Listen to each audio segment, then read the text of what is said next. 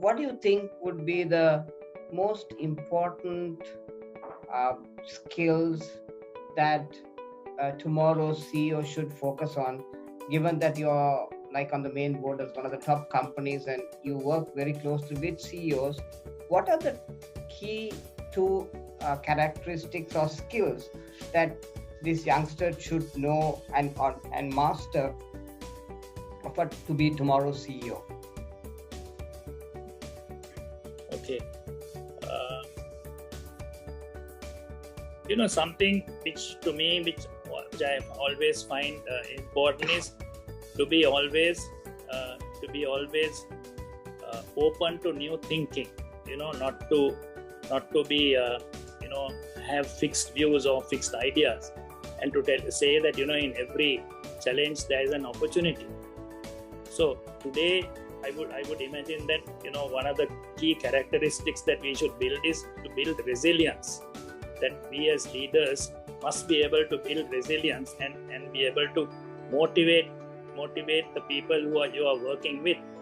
So today, it's very important to have your eyes on the ball, know what's happening, because today the target is moving all the time, and so I can't pinpoint anything in particular, but few areas like enthusiasm is something I could always say, because it's very easy today to get demotivated. So we need to be always enthusiastic, because otherwise you are letting down so many people in your field. It's like, say, you are the captain of your team and you're going to play an opponent or another team who is far better than you, and before the game starts you are down. So you're demotivating your entire team. So one of the things I find today is, in the midst of all these challenges, we as, so-called leaders, we need to be enthusiastic. We need to lead from the front.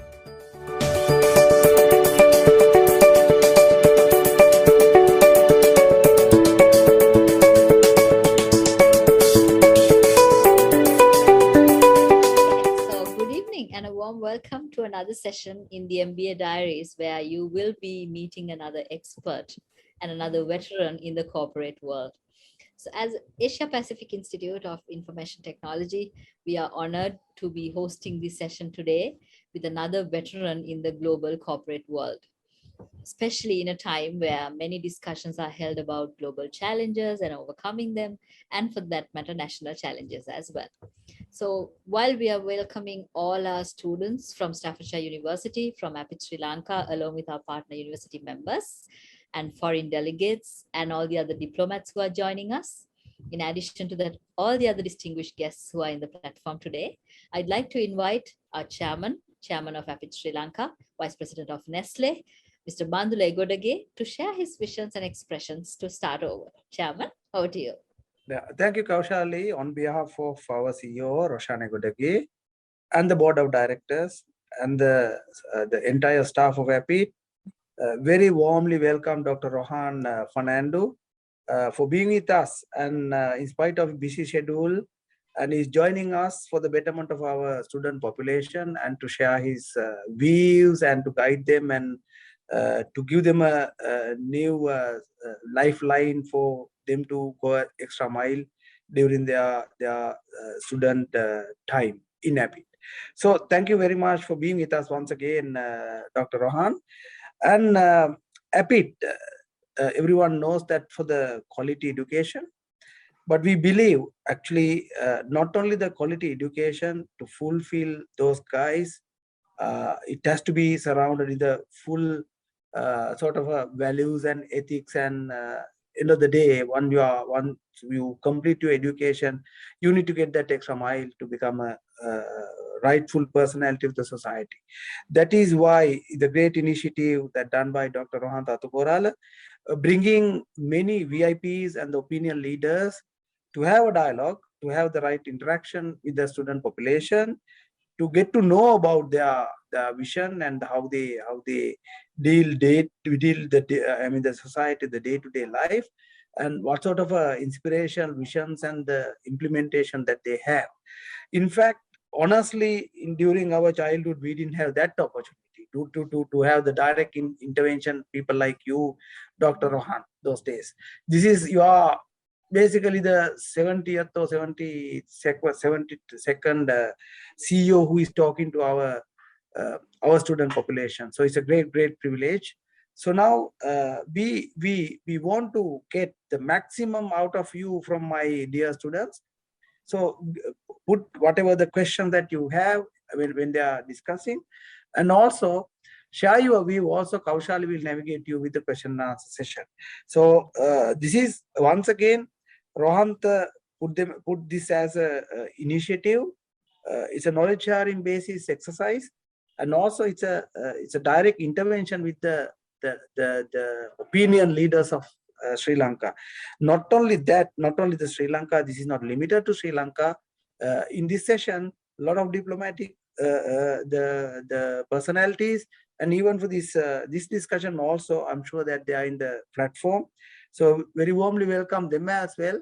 And they are sharing their experiences, the ambassadors, the foreign students, and VVI is a global event. So for Rohan, I think further ado, I would like to say once again, thank you very much. Let Kaushali and Rohan take off from here. Thanks a lot, Rohan, Dr. Rohan. Thank you. Thank you. Thank you very much, Chairman of the Industrial Association of Sri Lanka, Vice President of Nestle, and of course, Chairman of APID. Thank you for taking time off and joining. So we have a very special guest today, someone whom I have a lot of respect for, and of course, the whole country has so much of respect for this person. A planter by profession, he went on to serve the main board of Akin Spence PLC as the executive director and head of business development and plantation sustainability. Dr. Rohan Fernando holds a PhD and an MBA from the University of Colombo, and is also a chartered marketer and a fellow of the Chartered Institute of Marketing, CIM UK. He has extensive experience in the plantation industry, both in the public and the private sector, and played a key pivotal role in the plantation privatization program. He also leads the CSR and sustainability initiatives of the group. He was awarded the Brand Leadership Award at the Asia Brand Congress 2008, held in Mumbai in September 2008. He's the honorary president of CIM Sri Lanka region, chairman of the United Nations Global Compact Network, Ceylon. He also serves on the advisory committee of the Sri Lanka business at the biodiversity platform of the Ceylon Chamber of Commerce. Today, we have this very special person, a person who actually has walked the talk from being a planter, moving up to be executive director in one of the most respected companies in Sri Lanka, Akin Spence PLC. Today, he's going to talk to us about the MBA and for your career development. Someone who was really shown how, it doesn't matter how you started, but it's how where you have been to. Ladies and gentlemen, Dr. Rohan Fernando, Executive Director, Akin Spence PLC, Head of Business Development and Plantations and Sustainability. Sir, over to you. Thank you, Dr. Atukurada, for those kind words, and also, for inviting me to this forum. It's a great honor for me to share whatever experiences I could with this very significant audience. So what I thought I will share with you is basically about the MBA itself, and to ask all of you, have you ever thought of why you have enrolled yourself for an MBA? In fact, when I enrolled myself for an MBA at the Colombo University, probably several years ago, honestly, I didn't ask myself that question. I just moved with the flow, and I thought, it was a good thing to do. I had finished my CIM, and then I thought the next best thing was to enroll myself for an MBA. And then I got into the MBA batch. So I was honestly very vague about why I was getting into an MBA, partly because of my background. Dr. Atukoral has said that I started life as a planter. Planters were known for their lack of qualifications. And I was no exception. I, sat for my O-levels 3 times, and then only I got through. So I got through with difficulty. So I didn't realize the value of qualifications. And then it was much later. So I was into planting, to know what planting means, involved in estate life. It's a very interesting life, but, you are more a doer than an academic. So I, drifted along in that field. And after many, many years, I found that I had only my O-levels. And then I thought, I needed to equip myself with a few qualifications. I would say that I felt kind of naked in the, corporate world. So that's how I started studying and coming to the, thought I must do an MBA. After doing, lots of little exams, because I didn't have any formal qualification like most of you. So as I said, I started this MBA after several years. By the way, just for the information of the audience, some of you can probably see my gray hairs. This year, for this July, I record 50 years in corporate life. I started, as I said, as a young planter, and then did various kinds of things, and here I am today. So, one of the things that I thought when I started my MBA is that many people thought I was a O-level guy, and I thought, look, I don't know how I'm going to pit myself against some of these very corporate type of persons, because I was still working out of Colombo. One of the things that I was inspired by these words, I think with George Bernard Shaw or somebody. He said, some see things as they are and ask why. And continues to say that we see things as they never were and ask why not.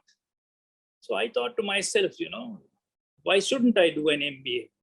And that was one of the things that inspired me. Although, as I said, I didn't have formal education as such, like many of you. And that's how I went into this MBA. Similarly, ladies and gentlemen, I want to ask you this question. Have any of you thought, why are you here, and why do I need an MBA or a higher qualification? It can be anything. It can be a master's in economics. It can be a postgraduate degree. Basically, why do I want to equip myself to be, have a higher qualification? Is it because of peer pressure? Is it because all your colleagues are doing it, and then if you don't do it, you do some qualification or acquire some qualification, you're going to be left behind? Is it because of family pressure? Your brothers and sisters are qualified, and so many people are qualified, and you are not. So you want to do a master's degree, or your own inadequacy, whatever it may be. I think it's important for all of you to take stock and think, why am I here today? Why have I enrolled for this program? Because remember, you're committing a lot of time, and time is precious. Time is money. So it's important that you make the best use of this program, particularly, people, the caliber of Dr. Atukoral are lecturing to you. You need to assimilate everything that they are speaking of. So in my case, having pondered on this question, I have identified few areas which I think should be your focus during this 2 or 1.5 years. And it's not necessarily in order of priority, but I have put down a few areas which I think will help you when you're during the course of this program. Something that I find with many professionals, some who have a master's in something or other, people sometimes who even have a PhD who work with me. One of the things that I find that they are lacking is, the ability to simplify complex issues and then put them across in a simple way to people who may not have the same training as you are. That, remember, is a skill in itself. You may have the best qualifications. You may be a magician in statistics. You may be, very good in your finances. You may be a top caliber marketing guy. But if you can't get a simple child or an O-level qualified guy to understand what is in your mind and how you want to convey it, then there is something wrong with you. So one of the things that I still try to do it is that, you need to be able to grasp the models or whatever you're working with and be able to simplify them and then put it across to your team or to your bosses or at a negotiating table. So because very often you're talking of some market share issue, very often you're talking of some you're talking of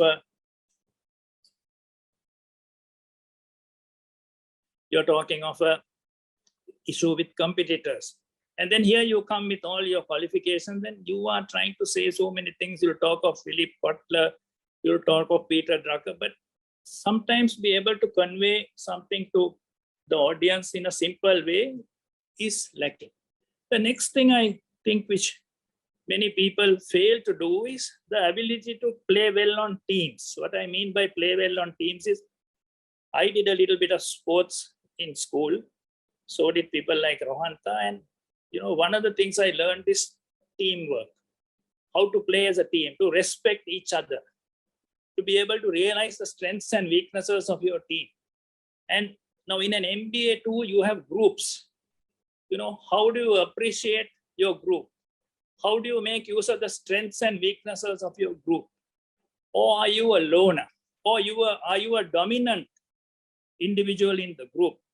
So something again that has always, which I value, and I value that in the people I work with is I always pick the people who can play well on teams, or pick the people who can get on with each other, who are able to get the best out of others. And for that, you need to be able to empathize. You need to be able to respect other people's views. You need to be able to respect other people's qualifications and values.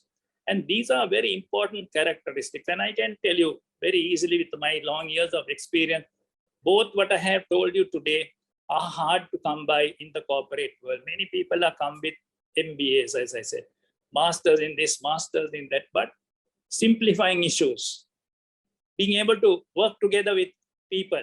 Many people today I find they can't get on with their bosses, they can't get on with their colleagues, and then out they go to another job. Why? Because they can't get on with somebody. So this is the second area that I want to touch on, is be able to play well on teams. The other characteristic or focus area which I like to share with you is, some of you, when I say some of you, I'm not pointing at anybody, you work in your own environment, you work in your own silo, but you fail to realize the value of the whole enterprise. You don't see beyond where you are. As a result, you are doing your job well, but you don't fall in line with the objectives of the whole enterprise. In other words, you miss the wood for the trees. You don't see the big picture. Now, remember, this again is a very important area. It's like, today, one of the things even this country lacks is the big picture, the vision. People all look at the narrow area. So this is another area which I'd like to tell all of you, whilst during the course of this study, these are areas you can discuss with your lecturers. These are areas you can discuss with one another. How do I get the big picture view? How do I look beyond my own area, my own division? Because that's the value that you could bring to an organization. And these are not found in textbooks. Very often, that's why, today, in the old days, when I started planting, Rohan, Dr. Atukura will tell you, they took people from schools who had played rugby, played cricket, simply because, they were able to respect each other. And teamwork is essential today in every sphere of management. The next area which I would like to say, which I'd like to point out, is something, again, very related. In programs like this, you are good at what you are doing. You might be a good marketing guy. You may be a good finance guy.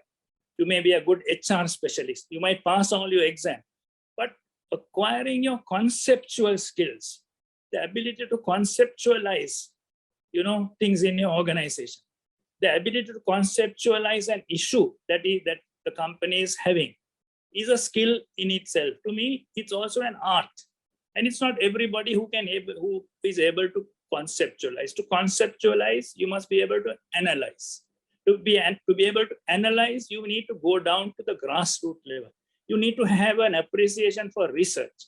It is only then you can conceptualize. When I say research, I'm not saying looking at something through a lab or a telescope. I'm talking of going deep into a problem. Like if it's a marketing issue, going to the grassroots level. If it's a finance issue, again, going down to the voucher level.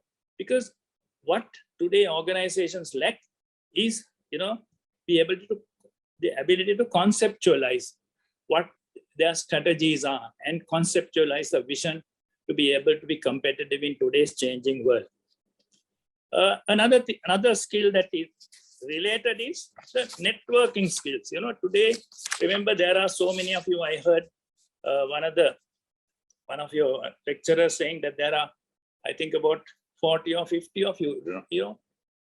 Remember, today, that itself is a huge advantage to you to be able to network with all these people. Imagine 10 years down the line that these are your friends, these are your colleagues, and that you can draw on each other's strengths and capabilities. So whilst you're here, please look at the opportunity to network, to know what your colleague is good at, to know what he is not good at and what you are good at. So these are, when you come for a class, please don't come for the class and go at the end of the class.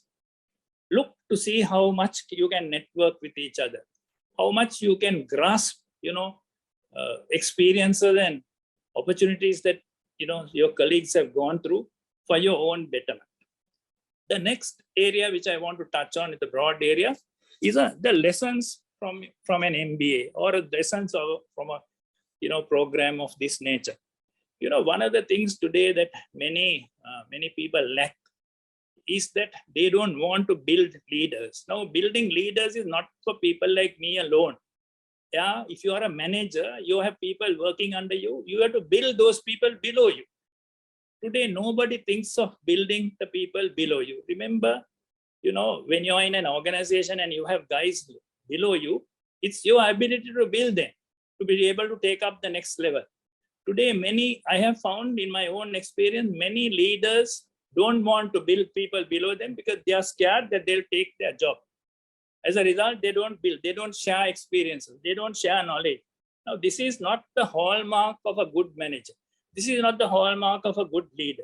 And I mean, this is rampant. That's why I'm pointing this out. And I find that today in many organizations, the ability, the succession planning, the ability to build leaders is very limited. And as a result, you find that, the people who are below you are sort of, sometimes at sea. They don't know what to do. There's no direction because you want to do everything yourself and you hate to share your knowledge and experiences. The next area which I want to share with you is another very important area. To remember at the end of 2 years or 2.5 years, you would have finished your MBA. Then you go out to the corporate world as somebody who has an MBA against your name. You may be having more than one. Remember, there are many people out there who don't have even their O-levels. But please remember, some of them may be better than you. Don't think just because you have a qualification or a master's, the man who is unqualified, you have to look down upon him. Today, I can give you names of people who have no formal qualifications, but who are better than every one of us put together. Take the great Mr. Fernando, who built the only Sri Lankan brand. Take people like Mr. Dhammika Pereira, my own chairman, Mr. Hari Javadhan, Mr. Ken Balendra. He was a planter, former chairman, longest chairman at John Keel's. I don't know whether he had even his O-levels. So I can give you so many examples of people in organizations who don't have qualifications. But you must remember that you can learn from these guys. And if you start walking in the air, it's just because you have got a qualification, I'm sorry to say some of you will fall flat on your face. So you need to manage your ego. And you need to remember that there are many people out there who may be better than you, despite your completing the MBA. The other area which I have, I think I already touched on is the ability to get on with others. Today, that's again a very rare characteristic. There are many people who are very good at their job. They're qualified, they're competent, but they can't get on with people. I know many of them, senior, when I say people, I'm talking of the people at, my age group, even younger people, So as a result, what they do, they start changing jobs. They don't like the face of the boss or a colleague or a peer in another organization. Then they start leaving and joining other companies. Now, this is not the characteristic of a profession. A professional is a guy who maintains the characteristic of his profession. I mean, there is now, for instance, doctors and lawyers have their code of ethics written down. But as far as we are concerned, there may not be a code of ethics, but there are moral values. There are practices that we need to maintain. Treat people with respect, understand each other, be humble. So very often when somebody rubs you on the wrong side or the boss treats you badly, you want to leave. Remember, I think I always talk as an example, the tea bag has to go through hot water for the tea to come out and the aroma to come out. It's the same with all of us. You need to go through the mill. You need to, work with each other, challenge each other. And interpersonal skill, to my mind, if you ask me what is the most important characteristic that all of you must display, I would say interpersonal skills. The ability to get on with people, not only with your bosses, even with the man, the peon, or the sweeper in your office. Because you need everybody, remember. Very many people want the bosses to change. So, these are a few things. They're very simple things that I have shared with you. I can't teach you. I'm sure there are better people who teach about your job itself, what's happening around the world. But I think if you are able to, develop some of these characteristics in your own corporate life, you will be able to meet all these challenges. Remember, today, I know Sri Lanka is going through a bad patch. The world is going through a bad patch.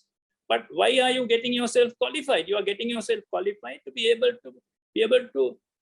to overcome some of these challenges. If you can't overcome these challenges and you want to run away, then I'm sorry to say that you're not worth the salt that you have. Because there's a saying that when the going gets tough, the tough get going. That's why you're studying. You're studying to be able to overcome some of the challenges. Today, there's a foreign exchange crisis. Today, there are so much of cost increases. So we have to manage. That's why we are professional. That's why we have qualified ourselves. So what I want to say is, my parting remarks is that the world may change, but we are also supposed to change, because that's why you are studying. That's why you are spending a lot of your time, qualifying yourself. And at the end of the day, if you have not changed, I feel sorry for you. All of you at the end of your 2.5 years should look at yourself, turn the searchlight inwards and see, how have I changed? Where have I changed? Ask some of your superiors like Dr. Atur Kuarala or Mr. Ekodage, is there a change in me? I mean, change is not your appearance. Change is, the way I speak, the way I understand each other, the way I conceptualize. Those are the to me, those are the changes that a program like this could do, because you meet different people, you begin to respect each other, and then you are able to meet any challenges to go forward. So in conclusion, something that I always have been enthused by, small cliches that, basically one of the lessons I always grew up with was to stay true to yourself, despite all the challenges, despite all the upheavals, and achieve things that others say are impossible to achieve. I repeat it again. to achieve things that others say are impossible to achieve. And that's my challenge to you. Many people must be telling you all kinds of things, but you must know what you can achieve. You must know what you are good at. And that to me is the characteristic, the hallmark of a good professional. So once again, my sincere thanks to all of you. Thank you to my good friend, Dr. Tukurala, for giving this opportunity. I know these are very simple talk that I made. Basically, home truths, I would say, because it's not my job to be able to teach you what's in the textbook. But if I'm always willing to answer any questions. And thank you once again for the patient hearing. Thank you very much, Rohan. And but I mean, it was real words of wisdom in what you said. And one of them, which you were so right, which you said was that, sometimes, they say that a lot of people leave because of you don't leave because you don't like your job, but because you don't like your boss. But then you very rightly said that as a professional, we have to uphold the profession that we come from, and that profession makes us to understand what we should do for, and that should guide our values. And I think it was a fantastic message that I mean, it's something that I have not heard from the many speakers that we have heard in the last maybe 10 years. It's actually unique. And to me, that is the essence of an MBA and a PhD, where you tend to pick up things that a book doesn't talk. Thank you so much, Rohan. I really appreciate for what you just now shared. A whole heap of questions have come, and I'll just ask the questions from you. There is a question that comes from Ruth. Ruth is a student of Staffordshire University studying out of Seychelles. And she's saying that it's great to see a planter who has gone on to not only just get an MBA and a PhD, but to sit in one of the blue chip companies of Sri Lanka on the board. And it actually is a real motivator. Doctor, is it possible for you to tell us one simple theory that you learned in your MBA program, which has been of help? Interesting question. She's saying one theory.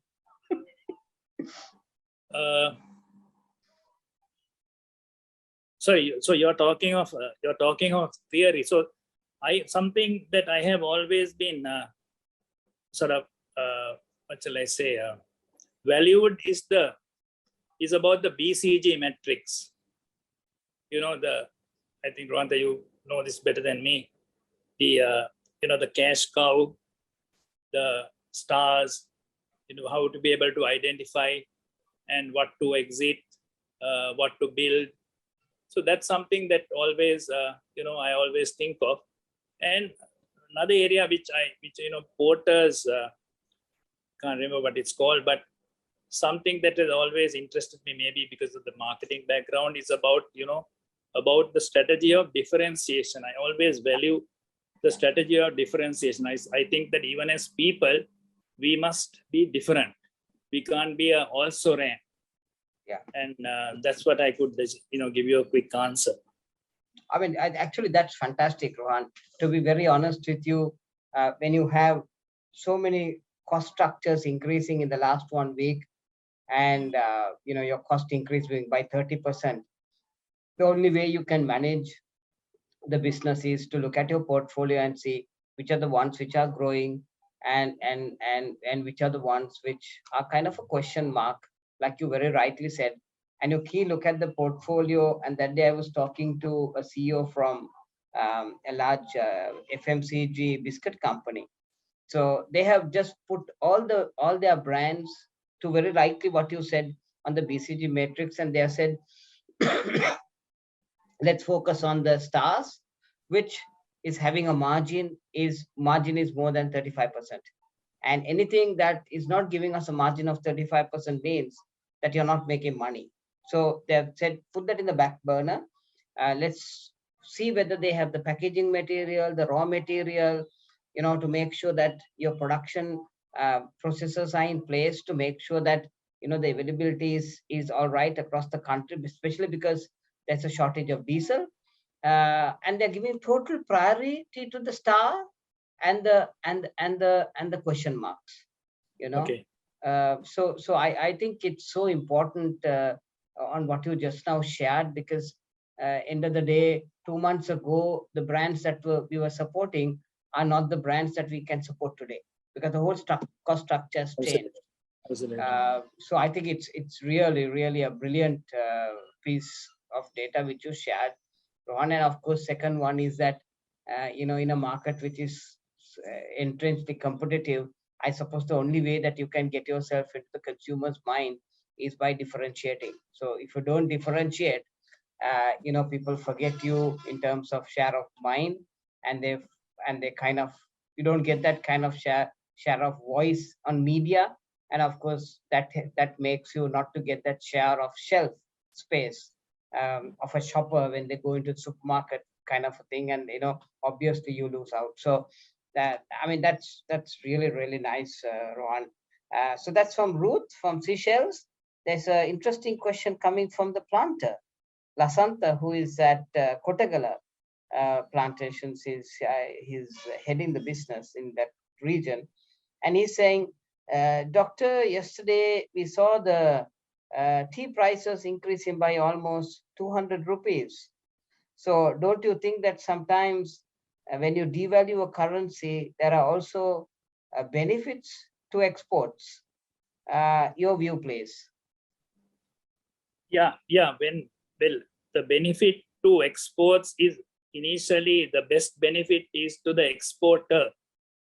But most plantation companies, we are not direct exporters. We are selling through the auction. So there is a trickle down effect. You may not get the entire increase of the depreciation, but you will get some increase as opposed to if you are a direct exporter. But there again, you need to remember that your import also knows that there is a depreciation, and he will adjust his price point also in dealing with you. So no doubt depreciation benefits exports, but not to the full extent of the depreciation value, is what I want to say.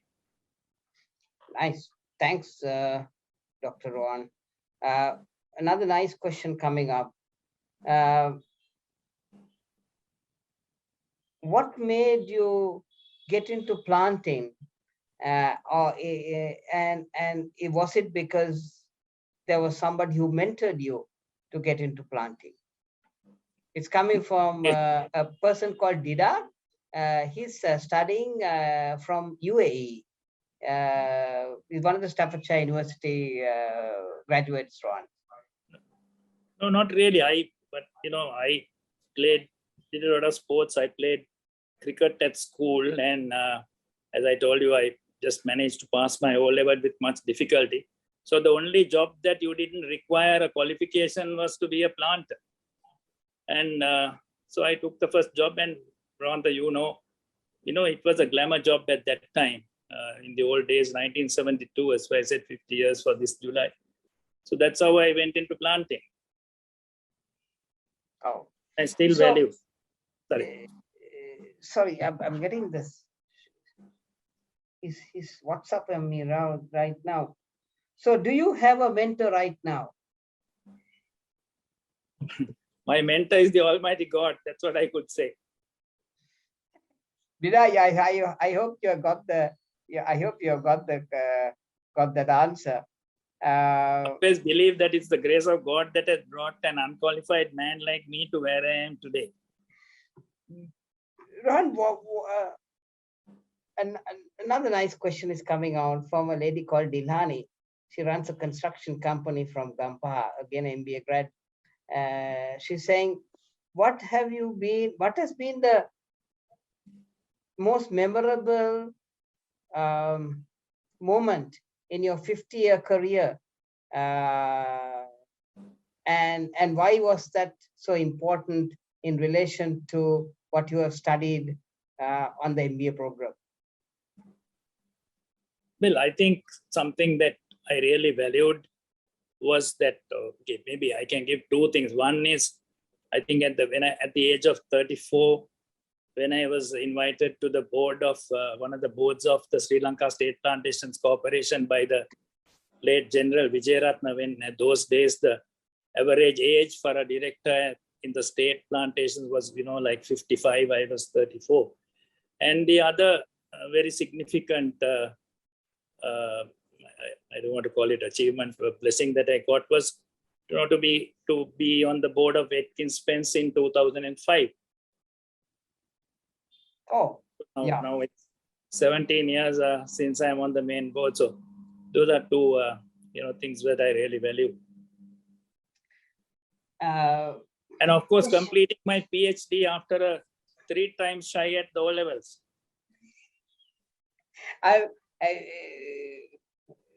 He says, Dr. Rohan, you've done fantastically well.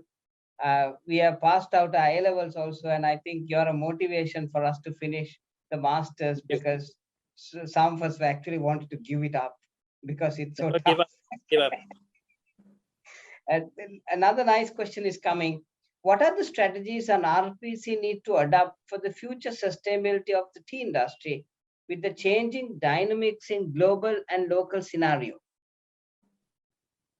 I always believe in differentiation and transformation. I think RPCs today need, complete transformation and a strategy of differentiation to be different to, not only those who are here, but even in the, the global arena, because you need to remember that your competition is outside Sri Lanka. So if you do the same thing that you did 25 years ago, you're not going to be competitive. So you need to chart a different course. You need to transform your people and also differentiate your strategy. So that's in a nutshell what I could say you could do. Just looking at tea, rubber, coconut is not going to help you. You need to remember that your resource is land. Your resource is not the tea plant or the rubber plant. It's the land is the resource. And what you can do with the land is really what you should be looking at. A very interesting question coming. We started our MBA because we really want to look at a career in Sri Lanka, but the situation in the country is tough as we go along. What is your advice to us who is looking at a rejuvenation by doing the master's program? Right. No, completing the master's program and looking at what is happening in Sri Lanka, to me, are two different things. You have enrolled for your master's program. Don't lose the focus. You have to complete the master's. Like I said, you don't want to waste your time. So first hurdle, complete your master's, equip yourself, and then look to see what you want to do, rather than, get distracted by what is happening around you. I mean, distractions will come everywhere you go. Just because you migrate to some other country doesn't mean to say that that country is going to be better than what is happening here. No doubt, I know everybody is disillusioned by what is happening here, but I feel, that's where, your skills, your competence, your patience, your understanding, all these things are tested today, every one of us. So I'm not telling you not to go abroad if you get an opportunity, but, don't be, always today. I know people are disillusioned, they are disgusted, but I think we need to go beyond that. We need to go beyond that. And that's why we are there. That's why we have also, improved ourselves, and we need to give back to this country whatever we can. There's Gayan from Brandix. He's a general manager from Brandix. And he's asking, Dr. Rohan, do you yet believe in Sri Lanka? I do. And why? Because it's the land of our birth, and we need to do what we could here. I mean, there are upheavals everywhere, and things could change. I always say this is the land like no other. I know, I'm not being sarcastic, but there are always opportunities, silver lining, and we should not get deterred by what's happening just now. Ron, there's a lady who is based in Myanmar, studied for Staffordshire University degree, and she's saying that, what is your advice for Sri Lanka, given your vast experience of being in the plantation restructuring and many policymaking kind of experience? What is your advice to Sri Lanka in your personal view? It's a broad question, isn't it? Yeah, very, very broad question. I think she's asking you, what is your advice to the country? Tough question. Very interesting question. So when she, my view is that I think we need to first focus on our job and do our job right, because that's what I also say. We can't change the world, but we can change ourselves. I mean, today there are issues, so we have to work on it. Today, before little while ago, I was sitting with one of the companies I'm involved with. We have to completely look at the budget. So what I told the guys is, look, so we need to think differently. You can't, it's like you lose your job tomorrow. You can't do the same thing that you did earlier. So you have to cut corners and then, reduce your budgets, increase your bottom line, reduce your cost. So like you quite rightly said, we have to do what we can, not expect the government to come and run our business, and we don't want them to do that either. So these are challenges, and to me, these are interesting times. That's where, people, you find people shining. You could have seen, if I may step back towards the COVID period, many corporates did far better than what they normally did, because they, there were opportunities even at that time. I'll tell you again, again, I'm not blowing our own trumpet. Atkins Spence, during the time when there was, the war was in Sri Lanka, what did we do when tourism was badly hit? We leveraged on our management capabilities and went overseas. We went to the Middle East. We went to India and used our management capabilities. We didn't even put money, but we were able to, entice people to entrust the management of their hotels to us, because we couldn't run hotels here, because our capability was management. So there are opportunities. You can't always be, all doom and gloom. It's like, very simple example is, you're studying something, you fail. You fail twice, you fail thrice. You don't give up. It's the same way. I know it's easy for me to tell, and there are lots of challenges at this moment, but I think we need to overcome them. We need to look beyond them. There's Umaya from Hilton, who is asking, what does Global Compact do, and how does that network work in Sri Lanka? Yeah, basically Global Compact was an organization aligned to the United Nations Development Goals to build sustainability practices in corporates. So I was its first founder chairman. Some years ago, I stepped down, and now Fernando is the chairman. So the whole objective of the United Nations Global Compact is to promote sustainability as a business practice amongst corporates. And today, as you know, sustainability is the name of the game. If your business is not sustainable, if you are doing business at the expense of somebody else, then you are going to be found faulty. So essentially, it's all about sustainability, and building sustainability practices, building resilience in business is what is promoted by the United Nations Global Compact network. And most of the Sri Lankan corporates are its members.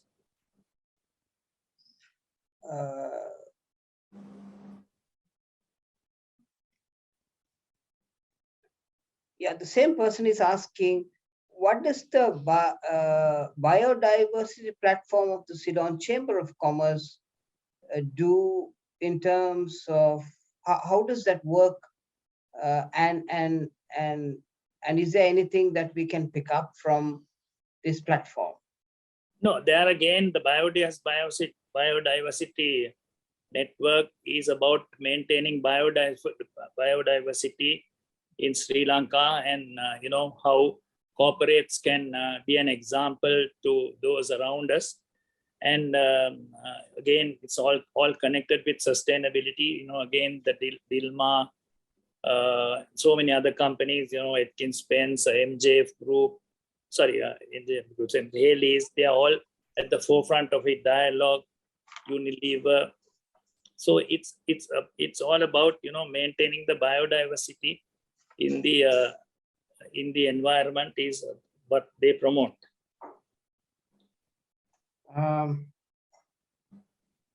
There's Venuri from Lion Brewery who's asking a question. I'm a management trainee, but I've already enrolled in the MBA program. But some people say that you need to have at least 3 years of experience before doing an MBA. What is your advice? Okay. Let me put it like this. I would say that if you have about 3 or 4 years of experience and then enroll for MBA, your degree of assimilation and what you'll get out of it may be more. But you could be the exception, because because an MBA is a practical program, is a practical course of study. So if you have been a practitioner in the business field, your ability to grasp what is happening around you, be able to ask questions and all may be better. But as I said, you may be the exception. So now that you're in the program, don't look back. See how you can make the best out of it. Rohan, that's all the questions that I've got onto my WhatsApp. Just want to ask you from me, what do you think would be the most important skills that tomorrow's CEO should focus on, given that you're like on the main board as one of the top companies and you work very closely with CEOs? What are the key 2 characteristics or skills that this youngster should know and master to be tomorrow's CEO? Okay. Something which to me, which I always find important is to be always open to new thinking. Not to be have fixed views or fixed ideas, and to say that in every challenge there is an opportunity. So today I would imagine that one of the key characteristics that we should build is to build resilience. That we as leaders must be able to build resilience and be able to motivate the people who you are working with. So today, it's very important to have what I would call have your eyes on the ball, know what's happening, because today the target is moving all the time, and so I can't pinpoint anything in particular, but few areas like enthusiasm is something I could always say, because it's very easy today to get demotivated. So we need to be always enthusiastic, because otherwise you're letting down so many people in your field. It's like, say, you're the captain of your team and you're going to play an opponent or another team who is far better than you, and before the game starts you're down. So you're demotivating your entire team. So one of the things I find today is, in the midst of all these challenges, we as, so-called leaders, we need to be enthusiastic. We need to lead from the front. We need to tell people, look, keep your eyes on the ball. there's an opportunity in all these challenges, and then lead from the front. So you don't have to be a leader for this. As I said, in a team sport, the youngest guy, the most junior fellow, is the guy who can enthuse the team. Sometimes people on the bench, are cheering the team, and they are as important as the key players. So I can't give you one recipe, but these are some of the things that I could say. I don't know whether I answered it properly. Yeah. I think it's fantastic, Rohan. Very true, because most of the time what we do is we look at the media, we look at the news which is there, and we keep discussing that in office, when actually that is the most demotivating thing that you can do. A better option is not to discuss news, but ask yourself, what's happening to the consumer, what is the change happening at the consumer end, and asking how you could adjust to the consumer is what most of us do when we run our business. Ron, I always wanted to ask this question from you. Since you were part of the regional the restructuring of the plantation sector, which you were very much involved, and then of course now we look back after the last 20 years or 25 years. I mean, what is your feel of? Let's not talk about the pandemic and the pandemic. I'm looking at the pandemic before. Is there anything else that we could have done better to really drive this most important asset that this country has, which is tea? And since you're also a brand guy, you know the value of how powerful Ceylon tea is. What is that single thing that you would have thought you would like to have done? No, I agree with you that on the branding of Ceylon tea, we could have done much more. But like I said, when you look at the RPCs, we should not get clouded by only looking at tea or rubber. We need to remember that, what we are looking at is that land resource. And that's what we need to optimize, and I think still there is a lot more that could be done in that sphere. I agree with what you said about the tea branding, but there are lots of challenges also, because as you know, the tea industry is one of the most, or the plantation industry is one of the most politicized industries, because lots of political decisions that influence it. But having said that, if I may look back on 1992, if plantations were not privatized at that time, this country would have been in dire straits, because there was huge challenges and huge debt issues, and many banks, I think, would have also been badly affected if that privatization did not take place. So I could easily say that one of the key decisions that was taken by the government of Sri Lanka from 1992, and then the second about the selling equity in 1995 was, to my mind, those are some of the very significant decisions that were taken. And then that paved the way for the telecommunication privatization and so many other loss-making SOEs. Yeah. One last question. I promised to let you go at 7:30, actually 7:15.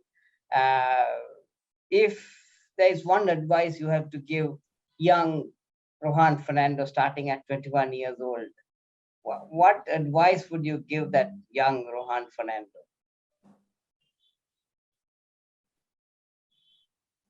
A tough question, but something that I could tell young people is, be humble, remain humble, and try to learn as much as you can from whomever you can.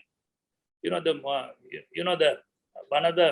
of the hallmarks of planting life was that when I started at 18 or 19 years, you learned work from the laborer. So to me also, straight out of school, when I went, I, was taken aback that I had to be, learn from these guys. But those are the things that have stood me in life today, to be able to learn from anybody. And so you have an open mind. You can't go wrong then. Thank you very much, Rohan. Dr. Rohan Fernando, Executive Director, Spence PLC, Head of Business Development, Plantations and Sustainability. Thank you so much. And it was beautiful chatting with you and hearing you. Uh, you were the chairman of the Chart Institute of Marketing when I was under you, and exceptional leader that we have in this country. And it's so great that you sit on the board of Akin Spencer. Kaushali, over to you. Thank you very much, Doctor. Indeed. Thanks a lot, Dr. Rohan, for coming on board and sharing these thoughts and experiences.